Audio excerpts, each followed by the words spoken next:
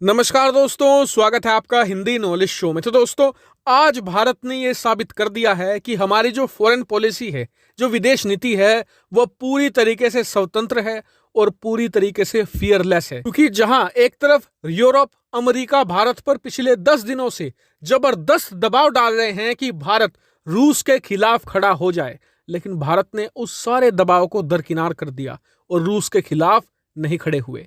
वहीं दूसरी तरफ आज हमने बिना रूस से डरे यूक्रेन की बड़ी मदद कर डाली है और इसके लिए जो बड़े बड़े संगठन हैं वो भारत की खूब जमकर तारीफ कर रहे हैं। और इस पूरी वीडियो में मैं आपको ये खबर तो बताऊंगा ही, साथ ही ये भी बताऊंगा कि कैसे चीन भारत की कॉपी कर रहा है यूक्रेन में, वो भी जानेंगे। तो चलिए बिना टाइम वेस्ट के वीडियो को शुरू करते हैं। बस एक छोटी सी रिक्वेस्ट है कि आप में से जो लोग नए आए हैं चैनल पर, प्लीज चैनल को सब्सक्राइब जरूर कीजिएगा। यहाँ पर डिफेंस, फॉरेन पॉलिसी और फाइनेंस से संबंधित प्रतिदिन 3 एक्सक्लूसिव वीडियो मिलती हैं, तो जरूर सब्सक्राइब कीजिएगा। चलिए वीडियो की शुरुआत करते हैं। तो दोस्तों, आप सभी लोग जानते हैं कि रूस यूक्रेन का युद्ध 11वें दिन में पहुंच चुका है और ये एक बहुत ही बड़े आश्चर्य की बात है, क्योंकि दुनिया के तमाम एक्सपर्ट, चाहे वो पश्चिमी देश ही क्यों ना हो, सबने कहा था कि रूस यूक्रेन को 2 दिनों में और ज्यादा से ज्यादा 3 दिनों में गिरा देगा। लेकिन यूक्रेन बहुत ही टफ फाइट दे रहा है रूस को और स्थिति यह है कि आज कीव और खार्किव, जो सबसे बड़े शहर हैं और रशिया के मेन टारगेट थे, उन पर कब्जा नहीं कर पा रहा है रूस। और जितना लंबा युद्ध खिंचता जा रहा है, रूस को उतने ही ज्यादा हैवी लॉसेस हो रहे हैं और इससे रूस की फ्रस्ट्रेशन बढ़ रही है, रूस में गुस्सा बढ़ रहा है और जितना ज्यादा रूस गुस्सा हो रहा है उतनी ज्यादा हैवी स्ट्राइक कर रहा है, जिससे कि सिविलियन कैजुअलिटी हो रही है, आम लोगों को नुकसान हो रहा है और इसीलिए सैकड़ों की संख्या में आम लोग मारे जा चुके हैं और हजारों गंभीर रूप से घायल हैं। इसके अलावा जितना लंबा युद्ध खिंच रहा है, यूक्रेन के अंदर फूड क्राइसिस भी उठ रहा है, यानी कि लोगों के पास खाने पीने की चीजें नहीं है, सप्लाई अच्छे से नहीं पहुंच पा रही है।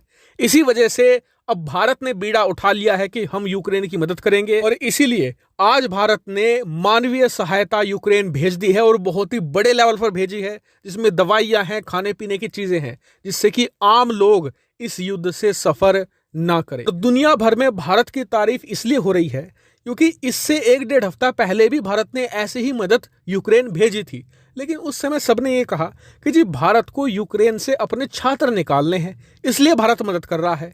लेकिन अब जब भारत के ज्यादातर छात्र निकल चुके हैं यूक्रेन से, उसके बावजूद भारत बढ़ चढ़कर यूक्रेन की मदद कर रहा है और जो मानवीय संगठन है वो भारत की ज्यादा तारीफ कर रहे हैं। क्यों? क्योंकि जहां पर यूरोपियन देश हथियार भेज रहे हैं यूक्रेन में, भारत एक तरफ तो युद्ध रुकवाने की बात कर रहा है, दूसरी तरफ आम लोगों की जरूरत की चीजें, दवाइयां, खाने पीने की चीजें भेज रहा है, जिनकी कमी से लोगों की जानें जा सकती हैं। वहीं दूसरी तरफ यह भी देखा जा रहा है कि चीन जहां पहले टेक्नोलॉजी कॉपी करता था, दूसरे देशों की सामान कॉपी करता था, अब दूसरे देशों की नीतियों की भी कॉपी करने लगा है।